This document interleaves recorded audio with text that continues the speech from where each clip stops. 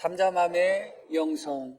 오늘 시편 62편 말씀을 통해서 우리가 하나님의 은혜를 누리는 삶을 영위하기 위해서 어떤 기본적인 자세가 필요한가, 그 부분 한번 살펴보려고 합니다. 우리가 가장 좋아하는 성경 구절 중에 하나인 스바냐 3장 17절 말씀이 있습니다. 사실은 이 본문을 가지고 말씀을 전하려고 했는데 내 뜻대로 안 돼요. 자, 한번 스바냐 3장 17절 한번 보겠습니다.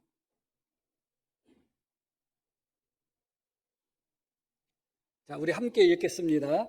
너희 하나님 여호와가 너희 가운데 계시니 그는 구원을 베푸실 전능자시라.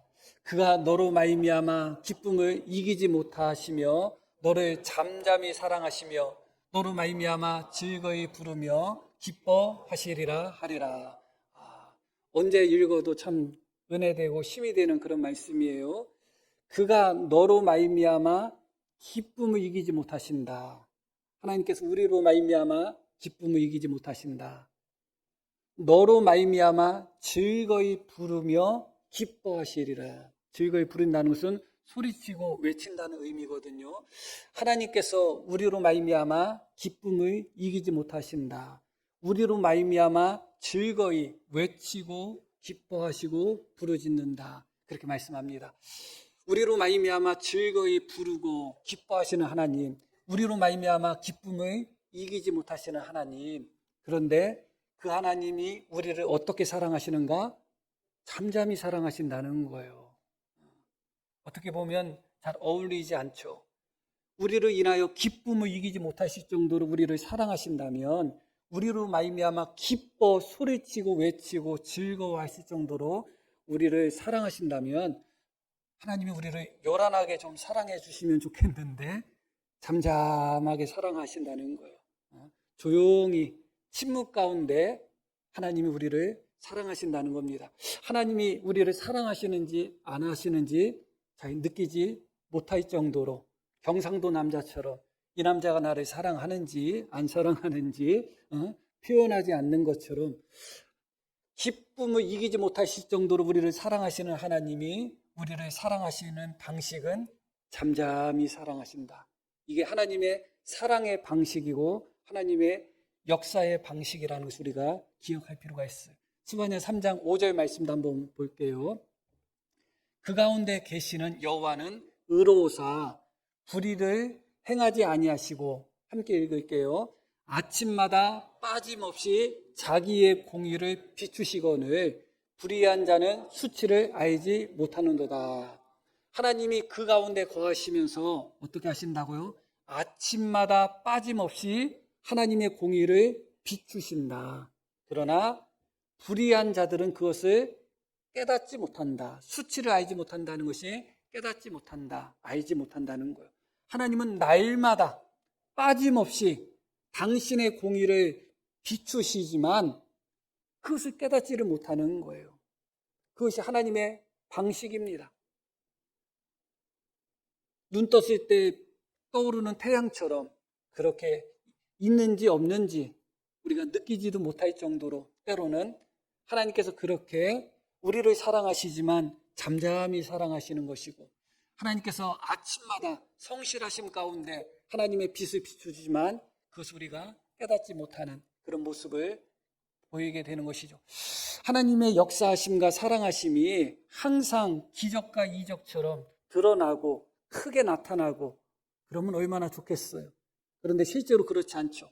천지 만물을 창조하신 능력의 하나님께서 이 세계를 운영하시는 하나님의 섭리와 방식은 조용히 잠잠히 고요히 그렇게 운영하시고 다스리고 계시는 것입니다. 천지 만물을 창조하신 하나님이 우리를 사랑하시는 방식이 침묵 가운데 잠잠히 사랑하시는 방식으로 우리를 사랑하고 계신다는 것입니다. 그렇기 때문에 하나님의 사랑을 깨닫지 못하는 사람들이 많고 하나님의 능력을 깨닫지 못하는 사람들이 많습니다. 경험하면서도 깨닫지 못하고 자신이 그것을 누리지만 누리는지 모르는 경우가 많죠. 그 부분에 대한 가장 명확한 교훈 중에 하나가 바로 엘리야 선지자에게 주신 교훈이었습니다. 다 아시죠? 호렙산에서 엘리야 선지자가 스스로 마음의 낙심과 낭만 가운데 호렙산 동굴에 숨어 있을 때 하나님이 엘리야 선지자를 부르죠. 하나님 앞에 서라. 여호와 앞에 서라. 불이 지나가고 지진이 지나가고 바람이 지나갔습니다. 그 불은 온 산을 태울 정도의 불이었고, 지진도 온 산을 진동할 정도의 지진이고, 바람도 온 산을 진동시킬 정도의 그렇게 큰 바람이었습니다. 성경에는 무엇이라고 이야기하고 있죠? 불 가운데도, 지진 가운데도, 바람 가운데도 여호와께서 계시지 않았다는 겁니다. 산을 다 부수고 태울 정도의 엄청난 불과 지진과 바람 가운데도 하나님은 계시지 않았다는 거예요. 놀랍게도 그것이 지나간 후에 세미한 아주 가늘고 여윈 그런 들릴까 말까 한 그런 고요한 하나님의 음성이 들렸다는 것입니다. 무엇을 보여주고 있는 것이죠? 하나님의 역사하심의 방법을 보여주고 있는 겁니다. 엘리야가 기대한 것은 어떤 하나님을 기대한 것입니까? 불 가운데 또 지진 가운데 바람 가운데 온 천지 만물을 진동하시는 능력의 하나님의 역사를 엘리야는 기대했을 것입니다. 그러나 본질적으로 하나님의 통치 방식은 그렇지 않습니다. 날마다 이 산이 진동하고 날마다 저 산이 불타오르고 날마다 여기서 저기서 하늘에서 불이 내리고 날마다 이런저런 기적이 내리면 어떻게 살아요? 그렇죠? 그럼 조용히 살고 싶지 않아요? 저만 그런가요? 하나님의 인도하시고 역사하시는 방식이 그렇습니다. 마치 하나님이 계시지 않는 것처럼, 마치 하나님이 소멸하신 것처럼, 마치 하나님이 능력이 없는 것처럼 가늘고 세미한, 들릴까 말까 한 그런 음성 가운데 하나님이 엘리야를 부르셨다는 것을 기억할 필요가 있습니다. 이게 하나님의 일반적인 섭리고 일반적인 다스림의 방식이고 일반적인 사랑의 방식입니다. 그러나 우리는 이런 하나님의 사랑을 그렇게 좋아하지 않죠. 좀 하나님의 사랑이 나에게 특별했으면 좋겠고 좀 나한테 팍팍 와닿았으면 좋겠고 그런 것을 우리는 원하고 있습니다. 불과 같은 지진과 같은 바람과 같은 그런 큼직큼직한 역사들이 나타나는 그런 하나님의 은혜와 사랑을 우리는 기대하고 있죠. 이런 모습을 가장 잘 보여주는 말씀이 이사야 8장 말씀입니다. 한번 볼게요. 이사야 8장 6절. 이 백성이 천천히 흐르는 실로암 물을 버리고 르신과 르말리아의 아들을 기뻐하느니라. 여기 보면 천천히 흐르는 실로암 물은 하나님을 상징하는 거예요. 이스라엘 백성들이 천천히 흐르는 실로암 물을 버렸다는 겁니다. 흐르는지 안 흐르는지 모르는, 그런데 여기에 중요한 의미가 있어요. 하나님께서 당신의 역사를 말씀하실 때 실로암 물을 말씀하셨다는 것이 중요한 의미예요. 왜 중요한가?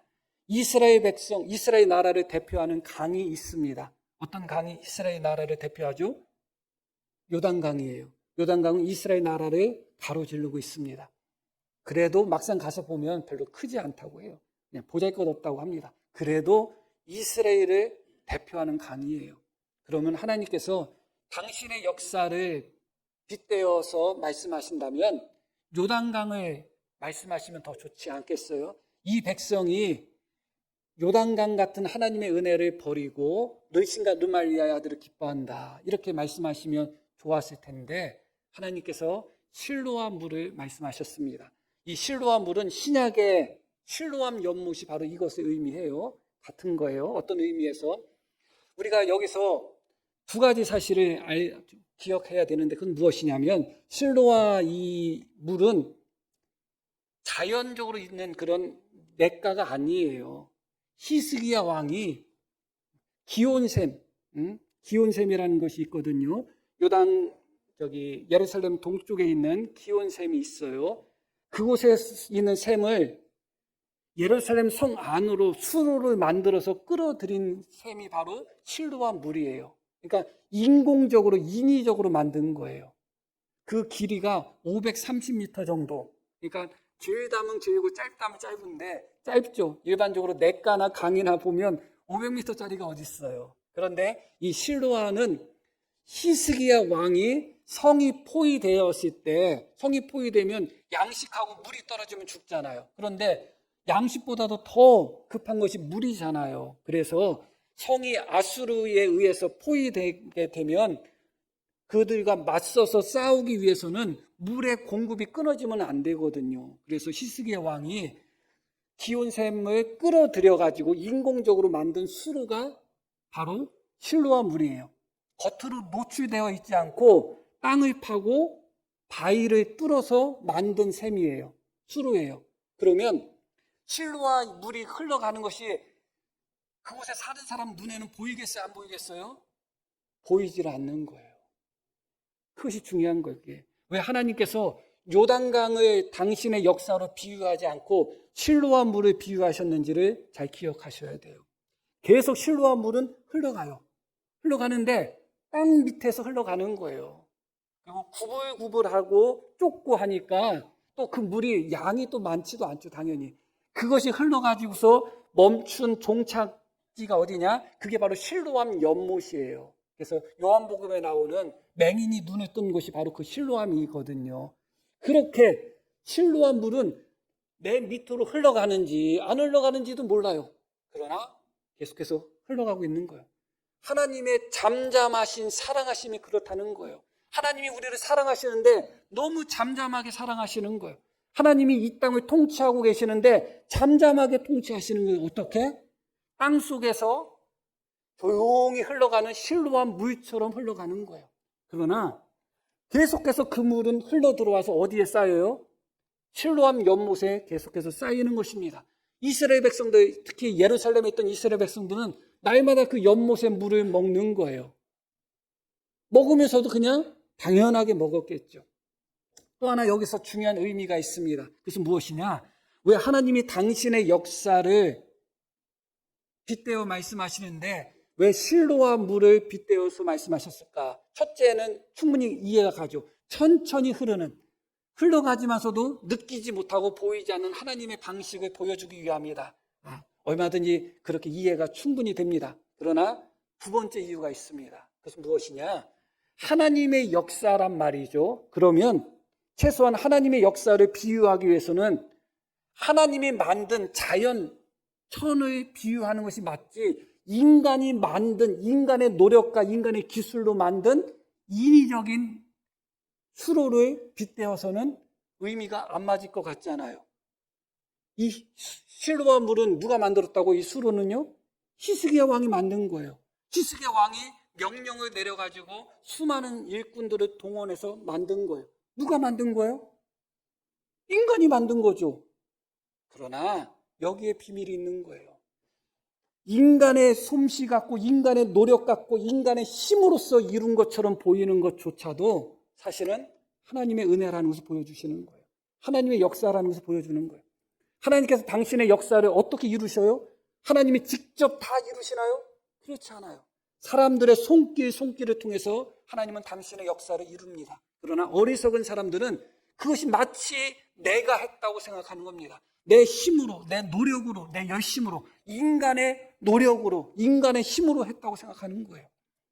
실로암 물도 마찬가지예요. 히스기야 왕이 명령 내려가지고 우리가 만들었지. 그들은 그렇게 생각할 수가 있겠죠. 그러나 우리가 만들었다, 내가 했다. 바로 거기에 하나님의 역사하심이 있는 거예요. 그래서 하나님의 역사하심이 왜 잠잠하게 느껴지고 왜 경험하지 못하게 되는가? 하나님의 역사 자체가 조용히 흐르는, 지하로 흐르는 실로암 물 같은 그런 보이지 않는 역사들로 이루어지기 때문에 그래요. 더군다나 사람이 하는 모든 일들, 그것을 우리 인간이 했다고 착각하지만 그것이 바로 하나님의 역사인 거예요. 그것을 깨닫지 못하는 사람은 하나님의 은혜를 경험하지 못하는 겁니다. 그것을 누가 깨닫지 못했는가? 엘리야가 깨닫지 못했던 거예요. 엘리야는 하나님이 보내주신 까마귀로 말미암아 먹고 살았죠. 또 하나님께서 사르밧 가부를 통해서 날마다 기름통과 가루통이 끊어지지 않는 하나님의 역사 가운데 먹고 살았잖아요. 그러나 나머지 선지자 중에 100명은 오바댜라는 궁중 관리가 그 선지자들 100명을 50명씩 숨겨서 굴에 숨겨가지고 그곳에서 떡과 물을 공급해서 그들을 살렸어요. 자, 그러면 까마귀를 통해서 떡을 먹고 물을 마시고 고기를 먹은 엘리야는 하나님의 은혜 가운데 사는 것이고, 오바댜라는 사람을 통해서 굴에 숨어가지고 오바댜를 통해서 물을 먹고 떡을 먹고 살았던 선지자들은 인간의 도움으로 사는 건가요? 그렇지 않다는 거예요. 그 모든 것이 하나님의 역사라는 것입니다. 사람의 일로 보이는 것, 사람이 한 것처럼 보이는 것조차도 사실은 하나님의 역사라는 거예요. 그러나 엘리야는 그것을 깨닫지 못했던 겁니다. 불처럼, 지진처럼 그렇게 요란한 방식으로 나타나는 하나님의 역사만이 하나님의 역사라고 생각했기 때문에 하나님은 그 엘리야 선지자에게 들릴까 말까 한 세미한 음성으로 나타나셔가지고 하나님의 역사심을 나타내신 것입니다. 여기서 우리가 본질적으로 기억할 것은 무엇이냐? 하나님의 역사하시는 방식은 그렇게 잠잠하다. 보일까 말까, 느껴질까 말까, 그렇게 하나님의 역사하시는 손길이 그렇게 우리를 통해서 나타나고 계신다는 것입니다. 그러면 그냥 하나님의 역사가 너무 잠잠하고 너무 조용하니까 우리가 경험하지 못하고 깨닫지 못하는 것인가? 그럴 수도 있죠. 그러나 사실은 그렇지 않아요. 사실은 우리가 너무 시끄럽게 살고 있어요. 너무 많은 소음 가운데 살고 있어요. 너무 요란하게 살고 있어요. 하나님의 잠잠하신 사랑을 경험하지 못할 정도로 너무 시끄럽고 너무 소음이 많고 너무 요란한 세상에 우리가 살고 있는 거예요. 안 들리는 거야. 안 들리는 거예요. 아주 시끄러운 곳에서 방귀를 빵 꿔도 방귀 소리가 안 들려요. 그렇죠? 근데 자기는 소리만 날 줄 알고 껐는데 냄새가 나면 걸리는 거죠. 이 세상의 소음이, 특히 우리 시대의 소음은 말할 것도 없습니다. 우리를 향하신 잠잠하신 하나님의 사랑을 느끼고 경험하기에 너무너무 외적으로다도 세상적으로다도 시끄럽고 우리 마음속도 그렇습니다. 그러니까 잠잠하고 고요한 하나님의 사랑이 들리지 않는 거예요. 보이지 않는 거예요. 느껴지지 않는 거예요. 하나님의 사랑이 아무리 잠잠하다 할지라도 우리가 잠잠히 고요히 하나님의 사랑을 바라보면 깨닫게 되는 것입니다. 그러나 우리는 너무 바쁘게, 너무 정신없이, 너무 요란하게, 너무 시끄럽게 살고 있습니다. 우리의 주파수가 하나님을 향하여 맞춰져 있지 않습니다. 어떻게 하면 돈을 조금 더 벌까? 어떻게 하면 조금 더 성공할까? 어떻게 하면 다른 사람보다 조금 더 잘났다는 소리를 들을까? 그런 것이 온통 우리 속에 관심 속에 있는 것이죠. 세상도 마찬가지입니다. 저 어릴 때만 해도 TV가 방송 시간이 짧았어요. 그렇죠? 다 기억하시죠? 참. 그러다 어느 날 오후 시간 또 이렇게 방송해 주기도 하고. 그런데 저는 시골에 살았거든요. 그 시내 미용실 엄마 따라갔다가 깜짝 놀란 게 있었는데, 공시청이라고 기억나시죠? 그때? 공시청이라고 불렀어요. 그래가지고 이제 유선으로 이렇게 연결해가지고 TV를 이제 재방송으로 계속 보내주고, 그런 게 있었어요. 근데 저는 시골에 있었으니까 그런 게 없었죠. 그리고 안테나로만 TV를 봤으니까 TV도 잘 안 나왔어요. 잘 치직거리고 막 그랬죠, 예전에. 근데 공시청으로 연결된 데는 하루 종일 텔레비가 나오는 거예요. 그리고 TV도 잘 나오고, 그때 깜짝 놀랐던 기억이 나요. 그런데 지금은 어때요? 채널이 100개, 200개가 돼요. TV 채널만 그래요. 24시간 계속 나오고 있죠. 인터넷, 또 SNS, 그런 것들이 엄청나죠. 너무너무 많은 소음 속에 살고 있어요. 그런 외부적인 소음뿐만 아니라 우리 내면의 소음도 너무너무 많죠. 너무 어지럽잖아요. 우리 마음속에 날마다 염려, 걱정, 근심이 있고, 때로는 이 사람 저 사람 미워하는 미움도 있고, 때로는 내가 성공해야 되겠다는 욕심도 있고, 우리의 마음도 조용하지가 않아요. 세상도 조용하지 않고 우리의 마음도 조용하지 않으니 잠잠히 조용히 사랑하시는 하나님의 사랑이 느껴지겠냔 말이에요. 그래서 오늘 말씀이 이렇게 시작되는 겁니다. 1절 본문 보겠습니다. 나의 영혼이 잠잠히 하나님만 바라며 나의 구원이 그에게서 나오는도다. 우리를 사랑하시는 하나님의 사랑이 어떤 사랑이라고요? 잠잠히 사랑하는 거예요. 잠잠히 사랑하시는 하나님의 사랑은 누가 경험할 수 있는가? 잠잠히 하나님을 바라보는 사람이 경험하는 거예요. 이게 맞아야 되는 거예요. 하나님의 잠잠한 사랑과 우리의 잠잠한 바라봄이 맞는 지점에서 하나님의 은혜를 경험하고 하나님을 만나는 거예요. 하나님을 만나지 못하죠. 왜냐하면 하나님은 잠잠히 고요히 우리를 사랑하시는데 우리는 너무 시끄러운 삶을 살고 있어요. 외적으로 나도 그렇고 내면적으로 나도 그렇고 정신적으로 나도 그렇고 그러다 보니까 하나님을 만나지를 못하는 거예요. 하나님의 주파수는 잠잠히 흘러가는 주파수입니다. 우리가 그 주파수에 맞춰서 하나님을 만나기 위해서는 우리도 잠잠한 주파수의 방향을 맞춰야 되는 거예요. 그러나 그러지 못하죠. 그러나 시편 기자는 이야기합니다. 다윗인데 나의 영혼이 잠잠히 하나님 한 분만, 오직 하나님만 바라고 있습니다. 그렇게 이야기하고 있습니다. 이때 상황이 어떤 상황인가? 이어지는 말씀 볼게요. 오직 그만이 나의 반석이요 나의 구원이시니라. 요새 신이 내가 크게 흔들리지 아니하리로다. 계속 넘어지는 담과 흔들리는 울타리 같이 사람을 죽이려고 너희가 일제히 공격하기를 언제까지 하려느냐. 지금 다윗의 대적들이 마치 넘어지는 담, 흔들리는 울타리처럼 위험하죠.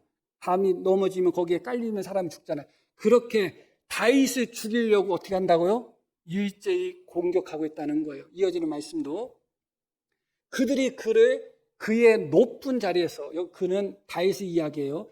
다윗의 높은 자리, 왕의 자리에서 떨어뜨리기만 꾀하고 거짓을 즐겨하니 입으로는 축복이요 속으로는 저주로다. 수많은 사람들이 다윗을 죽이기 위하여, 다윗을 대적하기 위하여, 다윗이 앉아있는 높은 자리에서 떨어뜨리기 위하여 음모를 꾸미고 거짓을 꾸미고 그렇게 다윗을 위협했습니다. 그렇게 세상이 너무너무 어지럽습니다. 그런 상태에서 다윗은 어떻게 고백해요? 5절 말씀 봅니다. 나의 영혼아 잠잠히 하나님만 바라라. 그렇게 스스로에게 명령합니다. 1절 말씀을 다시 한번 볼게요. 차이점을 발견하시기를 바랍니다. 나의 영혼이 잠잠히 하나님만 바람이여. 1절이 이렇게 나와요. 5절 볼게요. 나의 영혼아 잠잠히 하나님만 바라라. 어떤 차이가 있어요? 1절은 다윗의 상태를 이야기하는 겁니다. 다윗이 어떤 상태였다고요? 잠잠히 하나님을 바라보고 있었다는 거예요. 그런데 잠잠히 하나님을 바라보는데 너무 요란해. 다윗을 죽이려고 하고 다윗을 대적하고 다윗을 끌어내리기 위해서 음모를 꾸미고 그렇게 너무너무 요란한 거예요. 그러다 보면 다윗의 하나님을 향하여 잠잠히 바라보는 이 믿음, 이 마음이 유지가 될까요? 안 될까요? 안 되죠. 그래서 다윗은 스스로에게 명령하고 결심하는 거예요. 5절. 나의 영혼아 잠잠히 하나님을 바라보라. 바라보라. 왜 흔들리느냐? 그렇게 스스로가 스스로에게 명령하는 거예요. 하나님을 잠잠히 바라보는 것 그냥 저절로 되나요? 잠잠히 바라본다는 것을 가만히 있는 것을 의미하지 않습니다. 고요히 하나님을 향하여 집중하는 것을 의미해요. 세상이 흔들리고 세상이 요란하고 너무 시끄럽고 내 마음에도 염려, 근심, 불안, 걱정, 욕심, 욕망, 탐욕, 시기, 질투, 미움 이런 것들이 내 안에 가득하면 하나님을 잠잠히 바라보지 못해요. 그러니까 바울 사도가 내 몸을 쳐서 복종시켰다는 것처럼 우리는 계속해서 내 영혼이 하나님을 바라보고 잠잠히 하나님을 바라보는 데서 자꾸 벗어나려고 할 때마다 내 영혼이 흔들리고 요동하려고 할 때마다 다윗이 5절에 스스로에게 명령한 것처럼 스스로가 결심한 것처럼 내 영혼아 잠잠히 하나님을 바라라. 그렇게 스스로 이런 결단이 있어야 되는 거야. 그렇지 않고서는 하나님을 고요히 잠잠히 바라보지를 못합니다. 이 시편은 이어지는 말씀 속에서 이렇게 하나님을 고요히 잠잠히 바라보는 자가 누리는 두 가지 은혜를 말하고 있습니다. 8절 말씀 한번 볼게요. 백성들아 시시로 그를 의지하고 그의 앞에 마음을 토하라. 하나님은 우리의 피난처시로다.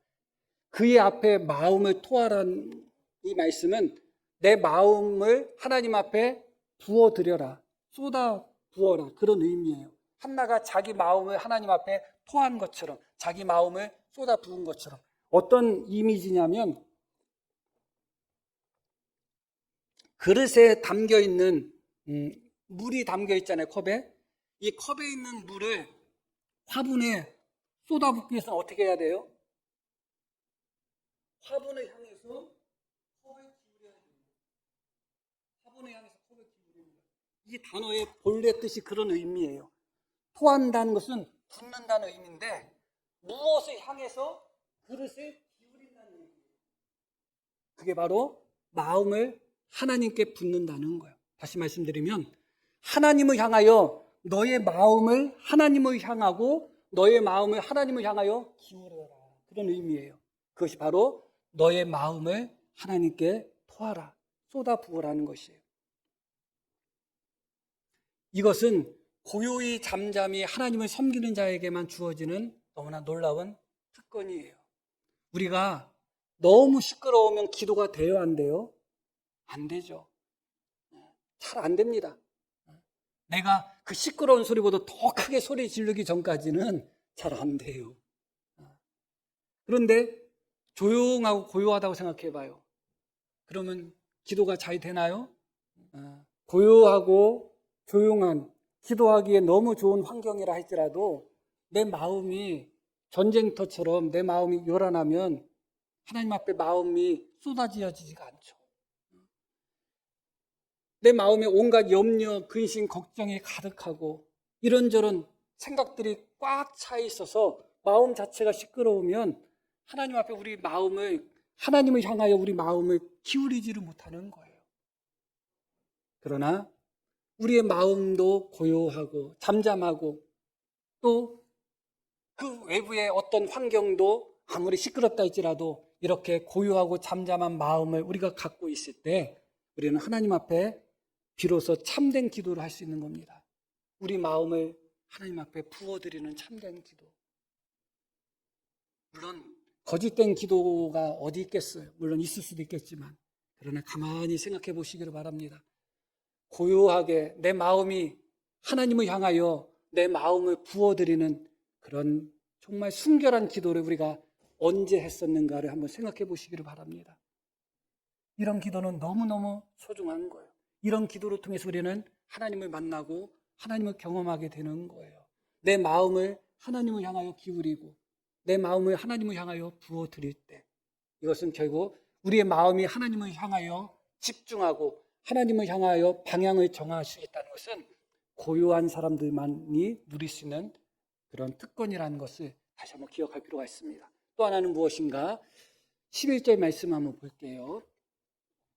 고요히 잠잠히 하나님을 바라볼 때 누리는 은혜입니다. 두 번째 11절 하나님이 한두 번 하신 말씀을 내가 들었나니 권능은 하나님께 속하였다 하셨도다. 이어지는 말씀. 주여 인자함은 주께 속하오니 주께서 각 사람이 행한 대로 갚으심이니이다. 다시 11절 말씀을 볼게요. 하나님이 한두 번 하신 말씀을 내가 들었다. 그렇게 말씀이 나오죠. 조금 번역이 애매해요. 새 번역을 한번 보겠습니다. 이렇게 나와요. 하나님께서 한 가지를 말씀하셨을 때에 나는 두 가지를 배웠다. 이거 너무 놀라운 말씀이에요. 하나님을 향하여 고요히 잠잠히 하나님을 바라보는 자가 누릴 수 있는 두 번째 은혜가 바로 말씀의 은혜예요. 깨달음의 은혜예요. 첫 번째 은혜는 기도의 은혜고 두 번째 은혜는 바로 이 깨달음의 은혜예요. 하나님께서 한 가지를 말씀하셨는데 시인은 두 가지를 배웠다는 거예요. 너무 놀랍죠? 이스라엘 백성들과 다른 점이 뭐예요? 하나님은 이스라엘 백성들에게 하나님의 선지자를 부지런히 보내셨다고 말씀이 나와요. 부지런히 보내시고 그 선지자를 통해서 부지런히 하나님의 말씀을 전하셨지만 깨닫지를 못한 거예요. 하나님은 1000번, 10,000번 그들을 향하여 외쳤지만 그들은 하나도 깨닫지 못했습니다. 왜 그럴까요? 너무 시끄럽기 때문에 그래요. 너무 혼란스럽기 때문에 그래요. 소음이 많은 곳에서 10마디 들어도 한마디도 제대로 들리지 않을 때가 많아요. 하나님께서 외치시지만 그들의 삶 자체가 하나님을 향하여 고요히 있지 않았기 때문에 하나님의 말씀을 들어도 듣지를 못하는 거예요. 깨닫지를 못하는 거예요. 그런데 놀랍게도 내가 내 영혼이 하나님을 향하여 잠잠히 주님만 바라본다고 고백했던 다윗은 하나님께서 한 가지를 말씀하셨는데 두 가지를 깨달았다는 거예요. 너무나 놀라운 거 아니겠어요? 우리도 마찬가지예요. 똑같이 예배를 드리고 똑같이 말씀을 듣지만 그 말씀을 통해서 100배, 1000배의 은혜를 경험하는 사람이 있는가 하면 예배 끝나고 머리만 긁고 나가는 성도도 분명히 있는 거예요. 제가 예배 드리러 나오면서 하나님께 기도한 것 중에 하나가 무엇이냐? 하나님, 제가 깨달은 만큼만이라도 그런 은혜, 저한테 주신 은혜만큼이라도 주세요. 표현이 이상하지. 어떻게 보면 욕심이 많은 것 같은데 그런 마음이 듭니다. 목사가 하나님의 말씀을 읽고 묵상하고 더 깊이 깨닫고자 하는 마음으로 하나님의 말씀을 연구하고 그렇게 합니다. 그런데 그 깨달음이 성도들에게 전달되지 않을 때가 너무 많아요. 너무 많아요. 지식적으로다는 혹시 전달될지 모르지만 그렇지 않을 때가 너무 많아요. 하나님께서 주신 깨달음은 한 말인데 성도들이 그 깨달음 속에서, 그 설교 속에서 얻는 은혜는 한 대도 안 될 때가 참 많습니다. 그러나 하나님을 향하여 우리 마음이 고요하고 하나님을 향하여 우리 마음이 잠잠하고 오직 하나님을 향하여 우리가 주파수를 맞춘다면 하나님이 한 가지만 말씀하셔도 다윗처럼 두 가지를 깨닫는 역사가 나타나는 거예요. 얼마나 큰 역사겠어요. 하나님이 하나만 주셨는데도 두 개를 받은 것 같은 감사와 기쁨이 넘치는 거예요. 우리의 삶은 어때요? 하나님이 10개, 100개를 주셔도 깨닫지도 못하고 경험하지도 못하고 그러니까 하나님이 주셨는지 안 주셨는지도 모르는 거예요. 말씀을 통하여 하나님의 말씀의 은혜를 깨닫게 하시는데도 깨닫지도 못하고 경험하지도 못하는 거예요. 너무 당연하게 생각하는 거예요. 실로한 물이 흘러가는 것을 당연하게 생각하듯이 하나님이 주시는 은혜를 너무 당연하게 생각하고 그러다 보니까 그 은혜를 누리지를 못하는 거예요. 그러나 하나님께 집중할 때, 잠잠히 하나님만 바라볼 때 하나님이 한 가지 은혜를 주시면 두 가지 은혜를 경험하게 되는 것이고 하나님이 한 가지 교훈을 주시면 두 가지 깨달음을 얻게 되는 것입니다. 그러나 하나님께 집중하지 않고 잠잠히 하나님을 바라보지 않고 세상의 요란함 속에서 그렇게 요란하게 살고 정신없이 살고 그렇게 항상 바쁘게만 살고 우리의 주파수를 하나님께 맞추지 않고 살다 보면 하나님이 10번, 100번 말씀하셔도 전혀 깨달음이 없는 겁니다. 전혀 변화받는 것이 없는 것이에요. 그렇기 때문에 다시 한번 기억하셔야 돼요. 하나님의 역사하시는 방식은 실로한 물처럼 잠잠하게 역사하십니다. 조용히 역사하시는 겁니다. 하나님의 역사와 사랑은 그렇습니다. 그 하나님의 조용하신 역사, 그 하나님의 조용한 사랑, 그것을 우리가 경험하기 위해서는 우리가 하나님을 향하여 잠잠해야 됩니다. 잠잠히 하나님을 바라보는 법을 날마다 배워야 돼요. 우리의 영혼이 너무 요란해서는 안 돼요. 우리 마음이 너무 요란해서는 안 돼요. 이것저것 우리 마음에 너무 많은 것이 가득 차가지고 항상 정신없이 살고 항상 바쁘게 살고 그러면 잠잠히 사랑하시는 하나님의 사랑을 경험하지 못합니다. 우리 마음이 고요히 잠잠히 하나님을 바라볼 때 우리의 마음의 기도의 그릇을 온전히 하나님 앞에 풀어드릴 수 있습니다. 우리 마음이 고요히 잠잠히 하나님을 바라볼 때 하나님이 한 가지 말씀하시면 우리는 두 가지를 깨닫게 되는 것이죠. 결론적인 말씀을 드립니다. 다시 우리 성경 11절 말씀을 볼게요. 하나님께서 한두 번 하신 말씀을 내가 들었나니 두 가지 깨달음을 얻었다는 거예요. 그 두 가지가 뭐냐? 권능은 하나님께 속하였다 하셨도다. 이어지는 말씀. 주여 인자함은 주께 속하였습니다. 이 두 가지를 깨달았다는 거예요. 권능은 인간에게 속한 것이 아니라 하나님께 속해 있다. 인자하심도 인간에게서 구할 수 있는 것이 아니라 하나님께 구하는 것이다. 이 두 가지를 깨달았다는 거예요. 그러면서 뭐라고 말씀이 이어지냐? 주께서 각 사람이 행한 대로 갚으심이니이다. 저는 사실은 이 말씀을 통해서 다윗이 깨달은 것은 세 가지라고 생각이 듭니다. 마지막 주께서 각 사람이 행한 대로 갚으실 것이다. 이것도 다윗의 깨달음이에요. 그런데 다윗은 두 가지를 깨달았다고 이야기합니다. 왜 그랬는가? 이 마지막 구절이 그러므로 주님을 의지하라. 그러므로 주님을 잠잠히 사모하고 잠잠히 바라보라. 그렇게 끝나지 않고 하나님께서 행한 대로 갚아주실 것이라고 경고로서 끝나고 있어요. 중요한 의미가 있어요. 왜 그런가? 9절 말씀을 볼게요. 아, 슬프도다. 사람은 입김이요. 인생도 속임수이니 저울에 달면 그들은 입김보다 가볍다. 모든 인간들, 높은 자나 낮은 자나, 원문에 보면 높은 자, 낮은 자, 그런 의미로서의 단어예요. 천한 자나 귀한 자나 모든 인간들을 다 모아서 저울에 달아봤자 입김보다 가볍다는 거예요.